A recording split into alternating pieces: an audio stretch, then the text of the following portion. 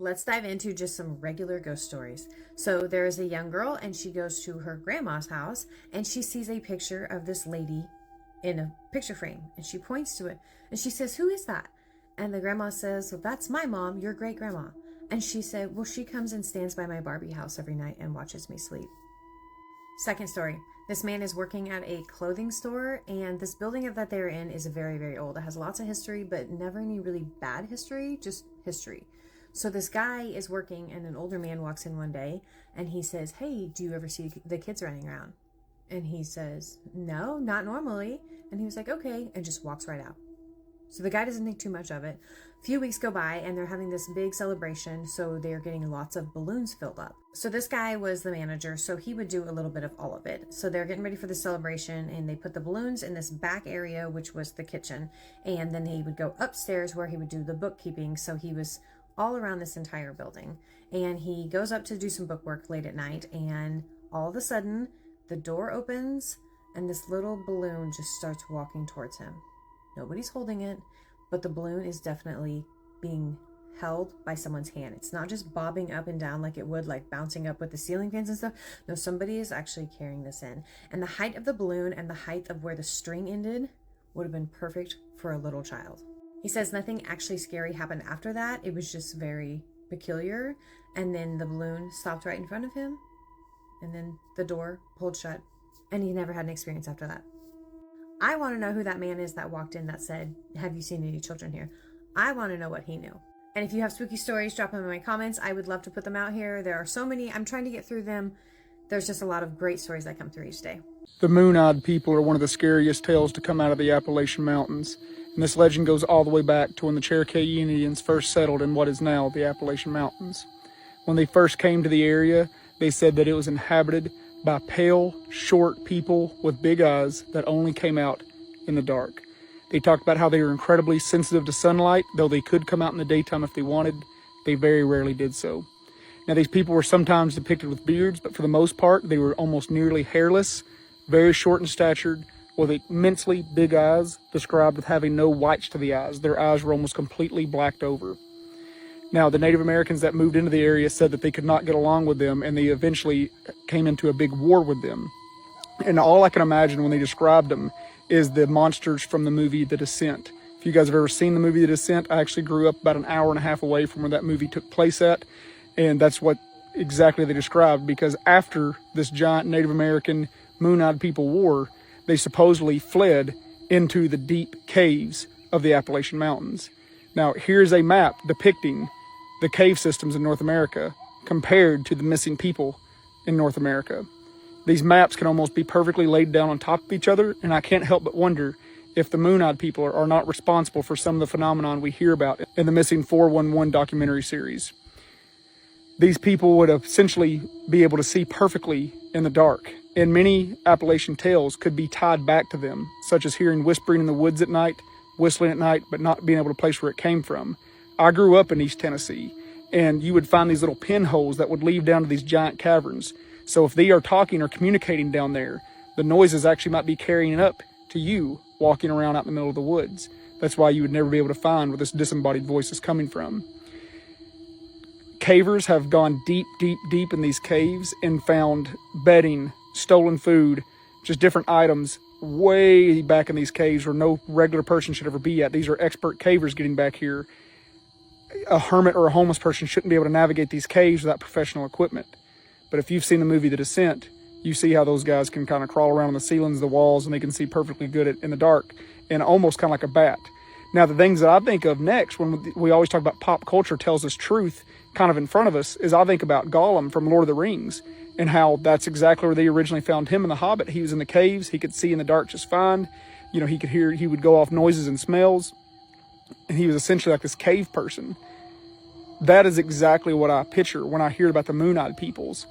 Stories of goblins can also be rooted back to this area and those phenomenons. I mean, if you described a goblin from mythological lore, you would talk about it being very short in stature, mostly hairless, and mostly comes out at night and lives in the caves.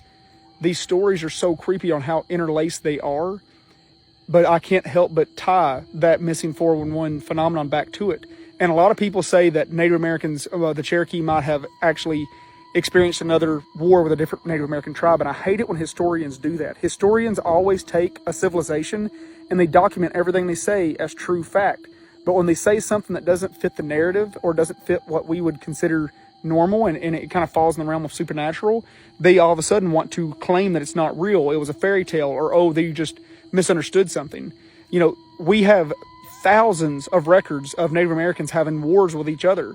And they described this tale no different than any war they fought with anybody else. They didn't spin it in a supernatural twist. They just were documenting simply what they were seeing. But yet the historians always document it as, oh, well, we don't know about that one. And you would say, well, is there any history to back up the Moon-Eyed people or to prove that their civilization existed? And yes, there is. So we've actually found statues of what is supposed to be the Moon-Eyed people. And this comes from Fort Mountain State Park, where there's also a 900-foot defensive wall structure that's made of stone. The Cherokee Indians supposedly never built that, and it's told by them that 900-foot wall stone structure was built by the Moon-Eyed people to keep the Cherokee Indians out, like to try to fend them off. This is where it starts to take a weird, wild twist. A lot of people that believe in UFOs and alien stuff like to say that the Moon-Eyed people might have been a crash-landed group of gray aliens, because if you look at gray alien depictions, they're mostly hairless, they're short, they're pale, huge eyes with no whites to the pupils. Almost all UFO encounters with gray aliens come out in the dark at night, kind of like these dark wooded areas behind me here. I mean, anything could be creeping around in these bushes, you know, just creeping around. I mean, there could be anything all over the place. There's houses and a radio tower way over there. But between me and that house over there, I mean, how much woods is there? How many caverns and caves could be under the ground? I mean, countless. We don't know hardly anything about the cave systems in the United States. They could be all over. So some people try to think that maybe this was a crash-landed gray aliens species or a sub-party that could not get off our planet. And physically, they're not very strong. We'd be able to overtake them, especially if they were having problems with our environment, our atmosphere. And the Cherokee legends even say that that's how they defeated them, is that they actually took advantage of their poor eyesight and attacked them during a full moon, because apparently they weren't just sensitive to sunlight, they were sensitive to any kind of light. Like, it was that big of a deal. So that is a very weird tie in there that it almost sounds malicious, like the Cherokee Indians are like, okay, we're going to wait for it to be a full moon, we're going to attack them, and they drove them away. And I was thinking, why wouldn't they just attack them during the day? And I guess the answer is that they would live in the caves during the day. So they're waiting for a night when, their vision would be more poor. But these legends, I always hate how they're told to us like fact. And then historians go, nope, not that one. But guys, if you enjoyed this depiction of the Moon-Eyed people and want to look further into the missing 411 phenomenon, I highly encourage you to do so. It is insane. A bat just flew right over my head. It is insane on the amount of people that go missing in state parks and national parks that are never found. And it very well could be that these creatures are coming out, of the woodworks and stealing food, stealing people, what have you. My personal experience with Moon-Eyed people was not a real experience that I can say. But when I was younger, I lived every weekend with my grandparents that had the house up in Appalachia, and I would stay in the basement. And it was dimly lit in the basement from the windows up at the top that would let moonlight in. And I remember sleeping in the basement and having this reoccurring dream where this guy with these big, crazy bug eyes would crawl up to the window, and he would try to push that window open.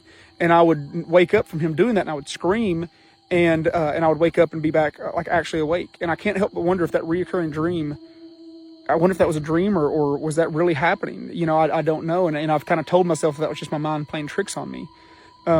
If you want to look at one of my other videos where I told a very true story where a person was in the window when I was little and the police actually were involved and everything, you can look up that one. It's a ways back there. But that happened in the house right next to that house. That my family lives in this little cul-de-sac out in the middle of the mountains. And so all the houses you can see are actually just my family members. And me and my cousin had a sleepover, and we were 8 years old. And I woke up in the middle of the night to a man looking through our window, because in the summer times when it's hot in the Appalachian Mountains, you just raise the windows and leave the screen down. And he was watching us through the window, and he actually didn't notice. So I'd got up, and I'd left the room because I couldn't sleep, and I went and got me a snack and a drink. And when I came back is when I actually saw him. So I was wide awake standing up when I saw him.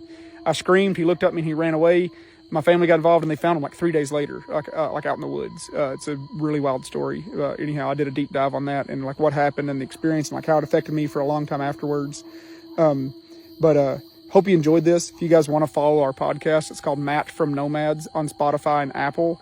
If you're on YouTube, it's called Nomads Animal Reserve. If you're watching on Facebook, there will be a link to it in the comment section. If you're on TikTok, they won't let me share the links, man. You guys heard what's happening in Brazil right now? My husband is from Brazil. He's from Sao Paulo originally, so he's always listening to the Brazilian news streams. And apparently they're going through another one of those like alien invasion things, which is not unusual for Brazil. Brazil is a hot spot for alien activity. But the most recent one, I forget the guy's name. I think it's like Miocleo or something, or I'm probably butchering that. But he's an animal rescuer and a farmer, and he lives out in like the more rural area of Brazil, like super far outside of the city. He's just your average farmer. But apparently he started noticing something was like wrong with his cattle. Like at first they just started acting really weird, and then all of a sudden he started finding them all around his property, like dissected, and not like mutilated, dissected like from another animal. Like it was like surgically, like their organs were surgically removed. Every single cow that he found dead had its organs surgically removed. And that's something that he had never seen before. So he was documenting that. And he started doing a little bit more investigating to see like what could have caused that. So he was more vigilant than ever. Through his vigilance, he did end up catching a video of what seems to be a UFO or some kind of unidentified object in the air, but it sent Brazil into a frenzy. So much so that this poor man had the basically like the Brazil's version of like paparazzi and news anchors break into his house, right? So like they knocked on his door and he opened up the door and they just like pushed their way inside and were filming all inside his house and like doing all this crazy shit. But of course they're trying to cover it up like it's some kind of hoax or like there's some kind of reasonable explanation for all of this. But if you take a look at Brazil's history with aliens, that you start to take another look at this. Like there's no way it's just a coincidence that all of these cows had surgically removed organs. And I'm gonna try to find the video to insert it out, and if I can find it, I'll have it somewhere in this video. But if not, you should look it up yourself because it is freaky. The video that this farmer caught on his phone. It is kind of blurry, but you can make out like what it is, and it's freaky as fuck. He also like was hearing weird noises around his farm, out off in the distance in the woods and shit, like really weird noises that were not so animalistic and were kind of more creature-like rather than anything else. Like I said, this is like not really new for Brazil, because like back in 1996 in Varginha, there was another incident with aliens, and this one was like way more prevalent than this one. Like way more crazy shit happened.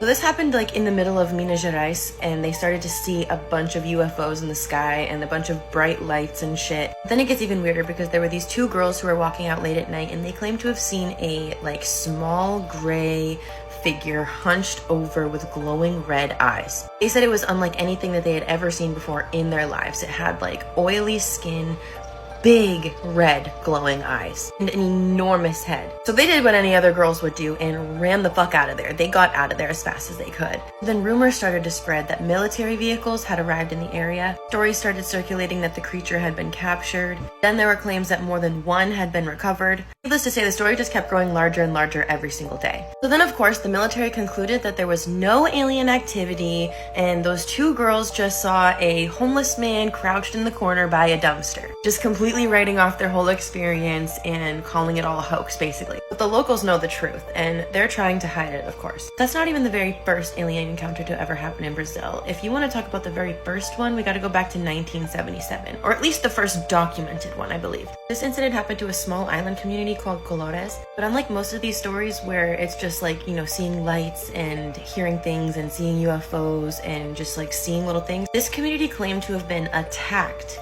by aliens. Some people reported to have seen like big lights that were gleaming and looming from above. Some people even reported that some of those beams of light were like directed straight at some individuals. Some people claim to have suffered burns from those lasers, or others that had gotten puncture wounds and even paralysis. And there were unexplainable illnesses that followed from being like near those objects or having any kind of encounter with those objects. The fear soon became widespread, of course, like any community would, and they all refused to leave their house after dark. This incident eventually got the attention of the Brazilian Air Force, who came in. That's when the military ordered a special operation called Operation Saucer. So, they dug into it. They were asking people, like, what happened. They were taking photographs. They were doing their little investigation discovery nonsense. When, of course, they concluded that nothing had happened. Nothing big, nothing extraordinary had occurred here. But I don't think governments usually conduct alien investigations and, like, secret operations around aliens if there's not something actually happening, right? But on top of all of that craziness, there's another one that most people outside of Brazil have no idea about, and it's referred to as the Night of the UFOs. This happened on May 19th of 1986, I believe. Brazilian radar operators detected that there were multiple unidentified objects in the radar scanner. The fighter jets were scrambling. There were pilots that were attempting to interject those aerial objects. Apparently these objects just kept appearing on the radar and like changing speeds, changing directions quicker than they could even blink. They just overall behaved in ways that officials like struggled to explain. But like all of these stories, the government just covers it up, flattens it out, says nothing happened, and they send everybody on their merry way. But like I said, Brazilians know the truth. They live there. They can feel the energy. Something's off. And I don't know, if you look into these things and you see the videos of these people talking or like read their transcripts or whatever you want to do, the realness, the rawness of it all is just impossible to ignore. There's something happening in Brazil. Look into the Miak Leo guy, seriously. Look into, like, I don't know if TikTok's going to allow me to put the video in here or if I can even find it. But if I can find it, I'm going to put it in here, but you should look it up yourself. I think you're foolish not to believe in things like this. You're foolish to believe that we could be the only ones in the whole galaxy, in the whole universe, that are the most intelligent ones. Wherever there has been great suffering, people are always seeing strange things. Now, that is a quote from Edward Tenney. He is the former chief ranger and a historian for the Chattanooga and Chickamauga National Military Parks. And why that is relevant is because today we're going to talk about the Nun and Old Green Eyes. Now, Old Green Eyes is a haunt associated with the Chickamauga battlefield ever since the days directly following the war.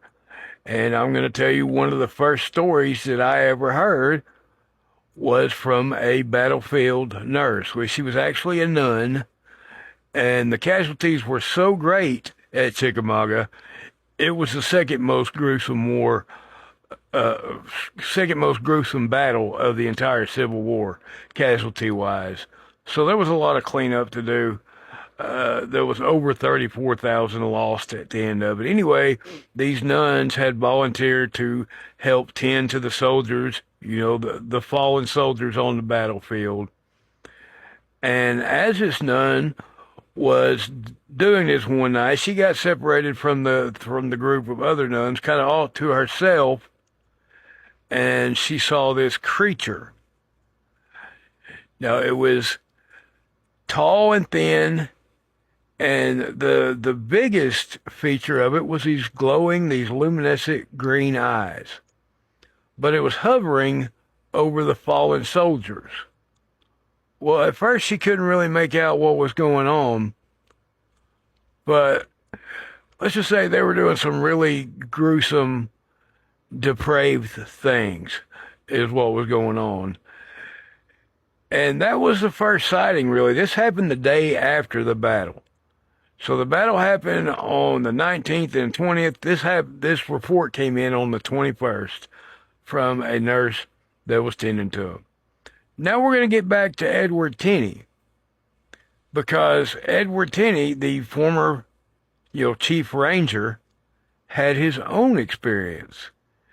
And this was back in the 70s, but he was walking late at night through the park, and there was a gentleman coming his direction. Now, he looked kind of ominous, so the ranger, not wanting any trouble, he stepped aside and gave him a wide berth. Well, as this stranger passed, then he noticed that he had long, wild hair all the way down to his waist, had a twisted, evil grin on his face, but the most distinguishing feature was these luminescent green eyes. Now, there are a lot of cryptid theories out there, but this lines up closest with a ghoul, like an Arabic ghoul that likes to hang around graveyards or where there's been a lot of casualties. But I've got my mom's own little green eyes anecdote, and I know if I share it here that it'll live on forever. So, as I said, I've been hearing this story my whole life. I grew up in Chattanooga. Chickamauga is just a few miles outside of Chattanooga. I've been to the battlefield many times myself, but my mother used to have to cut through the battlefield every night on her way home from work. She was a nurse and she worked night shift, so it was always the middle of the night when she was coming through the battlefield to go home. And she had heard the stories of green eyes, of course. And as she was driving, it was really foggy. Now, anybody that's drove through the battlefield at night knows how foggy it gets. That is totally a thing. It's almost every night there. The fog is just thick, so thick you can cut it with a knife. Well, she's driving through, and this foggy night through the battlefield, and she winds up, she thinks she sees these green eyes off to the side, and it makes her wreck. It's not a bad wreck, but she does wind up, losing the road, losing the surface of the road and slipping off a little bit. And she bumps her head on something in the car, and she's out for a second. Plus, it knocks her glasses down into the floorboard. Well, she says when she looks up, there are these glowing green eyes staring right at her. I'm talking about inches from her face. So she jumps out of the car, screaming like a mad woman, and there's a cat sitting on the hood of her car. It was just a stray, like a feral cat was sitting on the hood of her car, but it was inches from her face just staring at her. And anyway, I thought I would share my mom's anecdote. That's made me laugh my whole life. I hope you guys enjoyed the story of Green Eyes and my mom's story. That's Ben J's Haunted Appalachia for tonight. Keep those stories and suggestions coming, guys. And keep Appalachia haunted, y'all.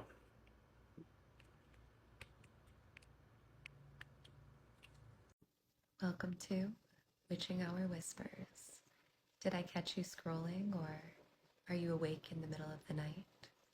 Grab yourself a cozy blanket and maybe turn on the light.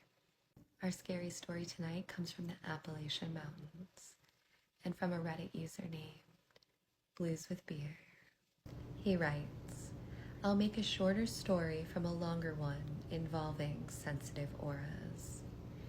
But once I was with a girl on Big Frog Mountain. It was dusk, miles away from anyone or anything. We decided to walk up a trail when right behind the car, I stepped in a mud puddle with odd-looking light brownish water. I pointed the unusual color out to her. Then we started walking. Not far up the trail, she started getting scared, and we went back to the car. In the car, we started making out while lying in the front seat, and she had her hand draped out the window. I felt an odd sensation in my back. This happened from time to time, and it had happened before, when people were behind me. I told her to pull her hand in, which she listened. A few minutes later, I felt the sensation again down my back, but this time it felt more urgent. I rolled her window up, but being a teenager, continued with the makeout session. A few minutes later, it felt like someone had stuck a live wire to my back. I sat up straight, started the car, and immediately headed back down the mountain. She was obviously very confused and asked me what was wrong.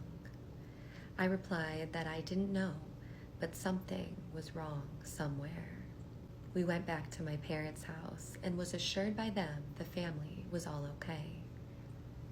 Having calmed down some, we ate a little dinner, then started to leave. After I opened the car door for her, I walked around the back of the car. While walking around, I glanced at the bumper of my car, and that's when I saw handprints. Not only did I see handprints, but they were the same color as the mysterious mud puddle that we had discovered. The last one was over the back window, and it was obvious someone was watching us while slowly inching their way to the front driver's side window. When I saw the handprints, it was like being hit with a lightning bolt, and I knew what had happened. Cold chills ran all over my body. I got her out of the car, and as soon as she saw the prints, she knew too. They then write, "This story is the absolute truth, so help me, and I will never forget it." I hope you enjoyed tonight's story. Try and sleep tight. Don't let the bed bugs bite. And if you have any stories you want me to read, you can find the link in the bio. Sleep tight. Let's read another scary Reddit story. For the sake of the story, we'll call my best friend Joan. My best friend's room was in the basement of her mother's house, so that's where we spent most of our time when I would go over. The minute you would descend the stairs to the basement, your blood would run cold and chills would run down your spine. You'd feel like you were being watched the very moment you'd take a step. I, to this day, refuse to go into that basement alone. Joan, my best friend, for all intents and purposes, started to tell me stories of how at the foot of her bed there would be a tall, shadowy figure, so tall that his head went through the ceiling. She would sometimes wake up, pulled halfway off the foot of her bed, like something had yanked her. She had her room saged and doused in holy water. She had pinned a rosary to the wall right behind where the figure stood, but none of it helped.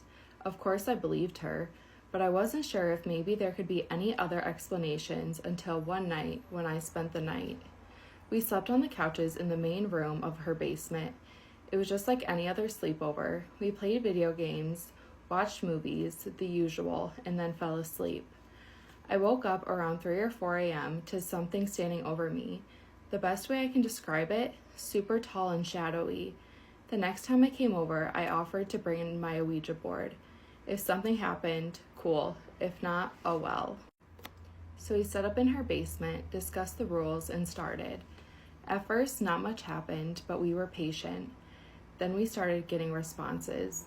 The room felt cold. It felt like we were being watched from every angle. Then the planchette moved to hello. We looked at each other, suspicious of each other's possible interference, but you could tell neither of us had anything to do with it. We asked its age. It said 4 or 5. We asked if it was a boy or girl. It was a boy. At this time, we both asked the other if they were moving it at all. We both said no. Joan had genuine concern in her eye, but I know I wasn't moving it. Next, we asked its name. Ziggy is what it told us. We asked how it died. It said fire. We tried to make small talk, favorite color, favorite food, but it wanted nothing to do with that. It spelled a lot of things incorrectly and finally stopped responding altogether. We said thank you and goodbye, and my friend blessed her basement again, and to this day she is so freaked out she won't touch an Ouija board again.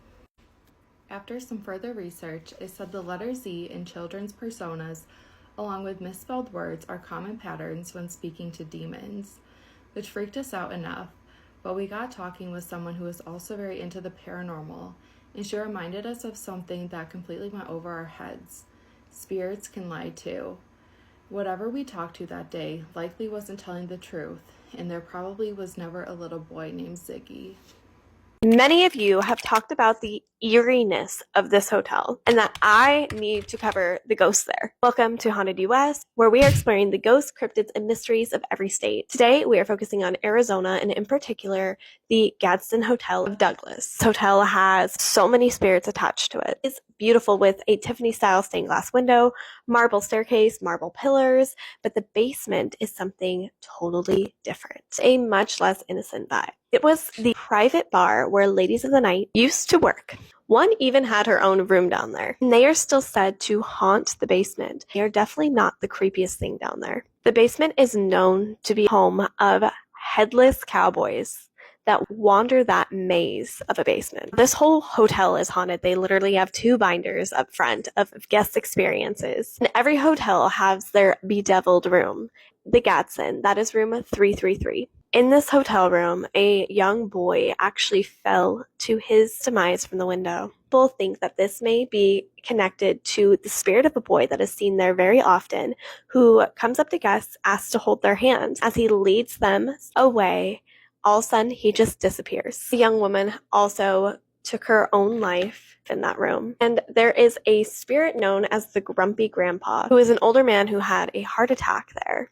This room has many reports of the faucets turning on, slamming doors, lights flickering on and off. And with all of these sightings, they were featured on a show called Sightings in 1995. Other ghostly encounters at this hotel include people waking up to the feeling of someone next to them in bed, literally like the bed is impressed in. Employees have been pinned down by unseen forces. And there is the spirit of a young woman who finds guests that are feeling sad or disheveled and asks them if they're okay. Have you ever experienced something similar to these hauntings? And do you think that you would stay at the Gadsden Hotel? Like, follow, share, and save for later, and comment below which state you want to see next. It's always really funny to me when I'm getting drinks with a guy and he's thinking that like the liquor is gonna make me like, when in reality, it literally turns me into a one-woman show where this is a one-woman TED Talk and you have to listen to everything that I'm talking about, and I turn into a modern-day philosopher who wants to talk about spirituality, life after death, like even tell ghost stories. I want to talk about the Salem witch trials. I want to talk about ancient Egypt and like their technology, how they build those fucking pyramids. I want to talk about the Library of Alexandria. I want to talk about it all. I want to talk about Anne Boleyn. I want to, we're going to talk about it. I want to talk about Marie Antoinette. I'm picking the fucking topic and we're going into it. So rather than it being like a one-woman sexy show, it just becomes a one-woman fucking freak show on whatever my current hyperfixation is at the moment, or just whatever I decide I want to fucking talk about. And it's almost always something extremely weird and off-putting. And they either love it or are like, this is really fucking weird. And that usually weeds them out, which is nice. The obvious thing about Bigfoot is that he might be more human than we think. He might be closer to human than he is ape. Now, when you think about the name Bigfoot, that's a recent name that was given to him in 1959 by a group of loggers who found these very big footprints. But before that, in the 1700s, the 1800s, they referred to this thing as a wild man, or the wild man of the woods. They didn't think of it as this ape-like creature.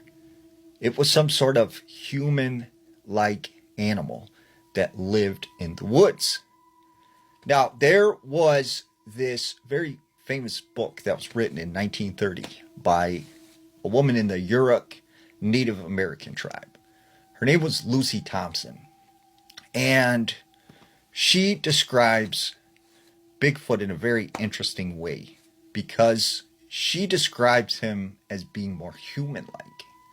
Now, in her story, she said that her tribe, they viewed Bigfoot as being one of them, and that people from her tribe at one point in time, they left and went out into the wilderness, and they isolated themselves, and they chose to live alone.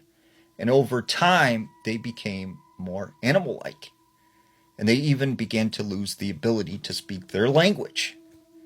And they would soon communicate with sounds, such as whistles. And there were good ones, and there were evil ones. And sometimes these evil ones, they would take women and children. Specifically women. And so a lot of the women in her tribe were terrified of this Bigfoot-like creature coming and taking them. And she recounts a story that was told to her about this young Native American woman who one day she was out picking berries when all of a sudden she feels this large hand over her face. And the next thing she knows, she's being picked up into the air and carried away by something. As she's trying to get a look at what has a hold of her, she said this thing stopped. It grabbed a bunch of tree sap and it rubbed it in her eyes to the point where she couldn't see, to kind of conceal where it was taking her. And it took her and swam across this river. It ascended up this mountain, and it took her into this cave. And finally, when they stopped and this thing sat her down, she began to rub her eyes and take off the sap. And as she looked around, she sees these 3 hairy, tall men that looked more animal-like.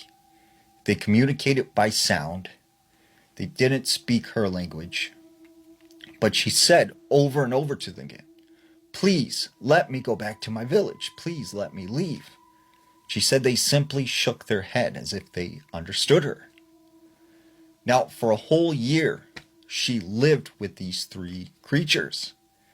And she said they would eat berries, roots, meat. They would feed her very well, but they would not let her leave. There was always one of these things watching her. Now, after several months, she began to get very sick. She got very weak. And so she starts saying to these creatures, "Please, let me go back to my village. I am sick. I don't have much long to live. Please let me leave." She said eventually the one who had taken her agreed and just picked her up, put tree sap in her eyes again, and took her back to her village. And when she returns to her village, they are amazed to see that she's still alive and that she is returned. Very soon, she finds out that she's pregnant, and she gives birth to this creature's child. It didn't survive very long, but this was known as one of the many stories in her tribe about this thing coming and taking women. And so to her, this thing was very human-like. Let's discuss a potentially paranormal experience I had in college while I wait for my tea to be done. So this was my sophomore year of college, and I had just moved in with some of my friends, and we had gone out to the bars, of course. And we get home, and of course it's late, and I'm sitting down. I lived upstairs. I'm downstairs with my roommate, and I'm telling her, "Oh yeah, I'm gonna go wash my face and get ready for bed. I'll come back." Shocker, I don't return. So I wake up the next morning in the dark, thinking it's night.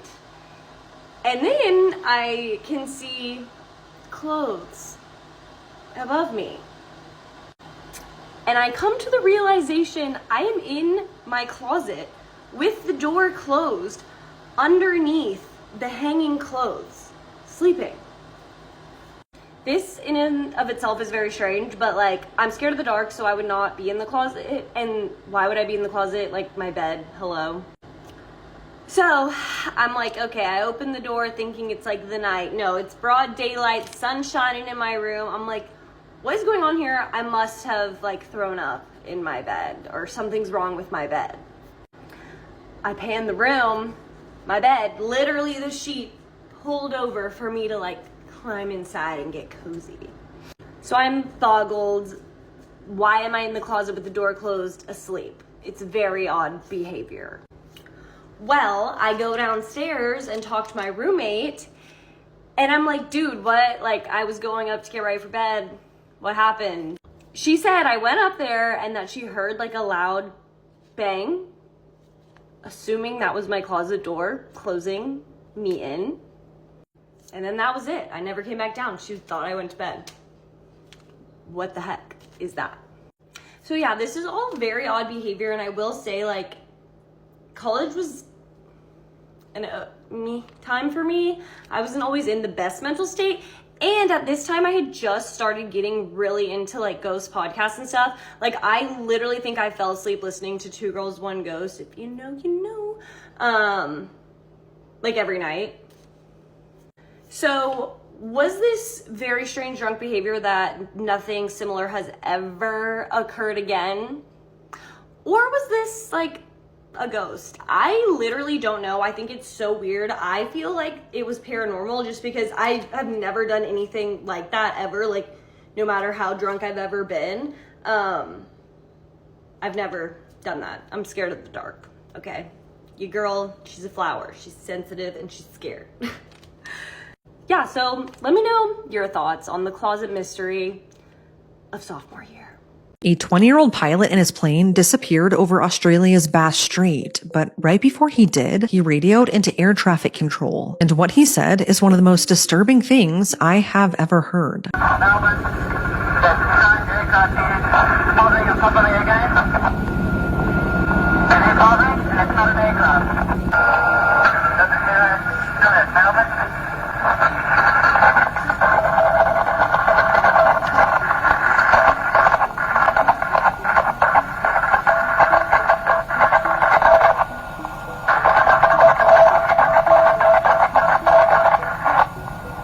Right before he vanished, Frederick Valentich called into air traffic control to report an unidentified aircraft hovering about 1,000 feet above him. Air traffic control told him that there was no known traffic at that level, but Frederick insisted that there was. And whatever it was illuminated by large bright green lights and had a shiny metal surface. His final words were, quote, "It's not an aircraft," end quote, before all contact was lost. His final words are incredibly disturbing to me, but what really scares me is the unidentified noise that followed. Officials say that it went on for some time, and they could only describe it as a metallic scraping sound. This is the truly disturbing disappearance of Frederick Valentich, and it's one of those cases that will leave you wondering what really happened. So let's talk about it. This is Frederick, and he was only 20 years old when he mysteriously disappeared in 1978. He was a relatively inexperienced Australian pilot with about 150 hours of flying time. At the time of his disappearance, Frederick held a Class 4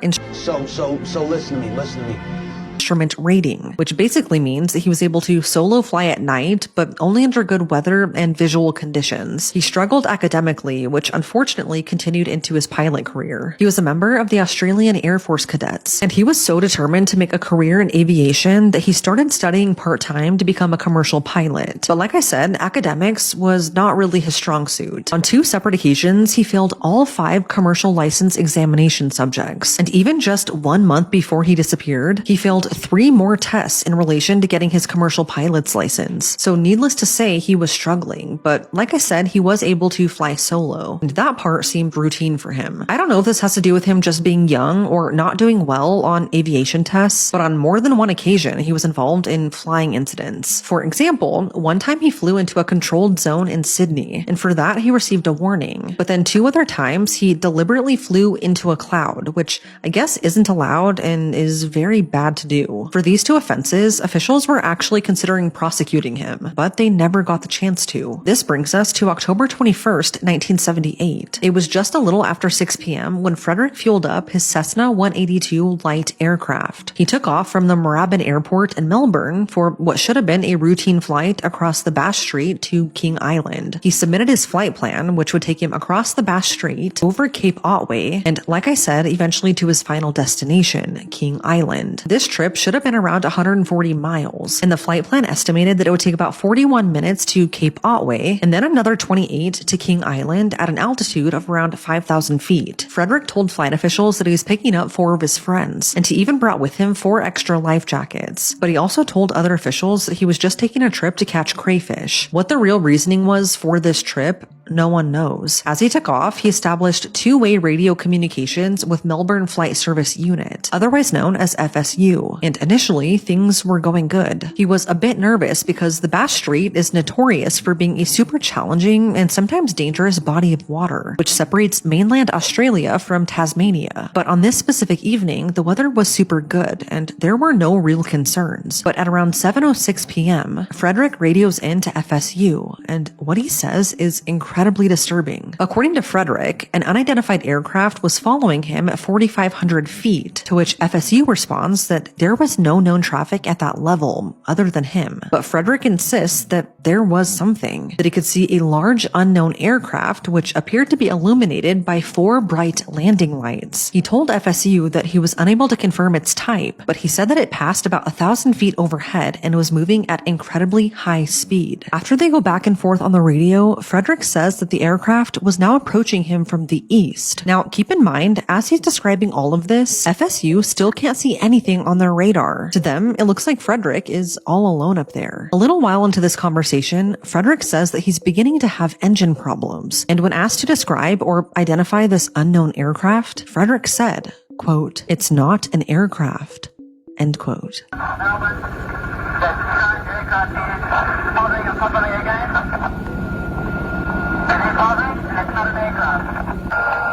His transmission was then interrupted by an unidentified noise that officials describe as metallic scraping sounds.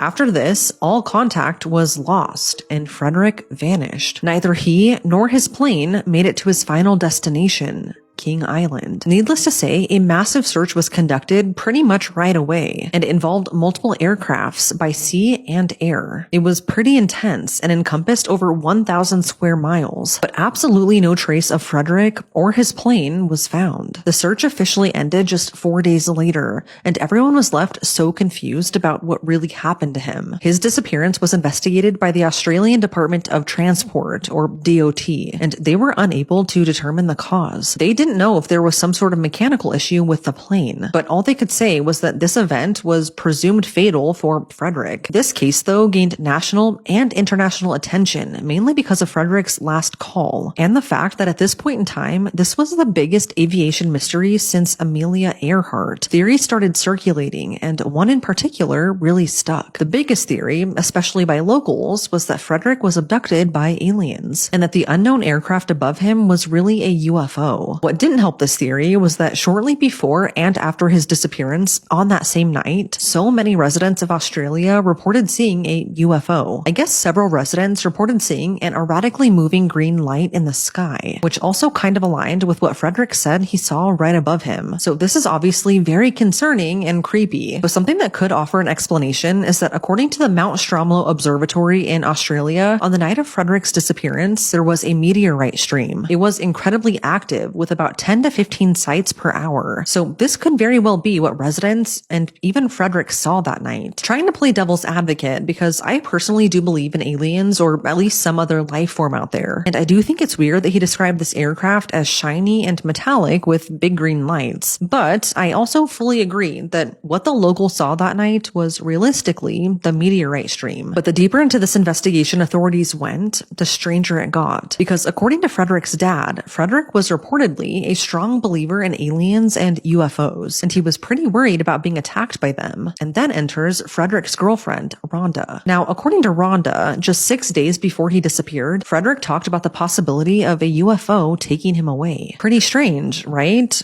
Well, it gets weirder. According to Brian Dunning, who is an American science writer and documentary filmmaker, he said that Frederick's last radio conversation is eerily similar to the dialogue from a scene in the film Close Encounters of the Third Kind. This movie was released less than a year prior to Frederick's disappearance, and it was extremely popular amongst pilots and UFO fans, so aka Frederick. Just wanted to throw this in there because it seems important that the dialogues were that similar. About 5 years after Frederick went missing, a bombshell turned this case potentially upside down. In July of 1983, an engine cowl flap was found washed ashore on Flinders Island. This is about 219 miles east in the opposite direction of where Frederick was supposed to be going that night. With this discovery, the Bureau of Air Safety Investigation worked closely with the Royal Australian Navy Research Lab to see if it would even be possible for this part of the plane to have surfaced in this exact location, based on where Frederick was when he disappeared. And according to them, him, it was possible that it ended up in this location just based on the ocean currents and subsurface drift in the Bass Strait. Furthermore, after extensive research, this engine cowl flap was identified as having come from a Cessna 182 aircraft, just like Frederick's, and it was between a certain range of serial numbers, which included Frederick's. This seems like a great lead. However, it couldn't be conclusively matched to Frederick's specific plane, and it was later noted that another 2 Cessnas in the area had lost similar parts around that same period of time. So, back to square one. It could belong to Frederick's plane, but it also might not. So officially, per the Australian government, Frederick's disappearance remains unsolved. But over the years, there have been a few theories as to what really happened. Theory number 1 is pretty logical, and it's that he experienced some sort of mechanical issue like he alluded to in his last call, and then he crashed into the sea. Theory number 2, which is believed by a handful of aviation experts, is that Frederick possibly became disoriented while flying over water at dusk. This is a condition known as spatial disorientation, and in some cases, pilots can misinterpret visual clues. This leads them to believe that they are seeing something that isn't there. Maybe he saw his own lights in the reflection of the water, and since he was inexperienced, maybe he was deceived by the illusion of a tilted horizon and was actually flying upside down. It's possible that he tried to compensate and inadvertently put his aircraft into a downward spiral, commonly known as a graveyard spiral. I guess the g-forces of a tightening spiral would decrease fuel flow, resulting in the rough idling that Frederick reported. Then, as a result, he crashed into the sea. Theory number 3 is that he staged his own disappearance. One of the biggest reasons that people feel like this could be true is because on his route to King Island, he would have had to pass Cape Otway, but at no time was his aircraft ever plotted on radar. This is really weird because he should have been there by the time he called FSU, yet he wasn't seen on radar at that location, and the weather was super clear, so he should have been spotted. This has cast major doubt if he was ever near Cape Otway to begin with. And what's super interesting is that right around the same time that he disappeared, Melbourne police received reports of a light aircraft making a mysterious landing a little ways down from Cape Otway. So it's led many people to believe if that was actually Frederick. Another odd thing is that, as we all know, his destination was supposed to be King Island that night, yet he failed to inform that airport of his intention to land there. This goes completely against protocol, and on top of that, he never requested that the runway lights be turned on, even though he was flying at night and would have needed them. So with all of this information, a lot of people question if he was ever planning to land on King Island at all, or if he staged his disappearance and this was all just a big hoax. Theory number 4 is that he ended his own life, but after multiple interviews with the doctors and all of his colleagues that knew him, experts have essentially eliminated this possibility. How? I'm not entirely sure, because sometimes you just sadly never know. Also, I just want to point out that if there's ever a break in this case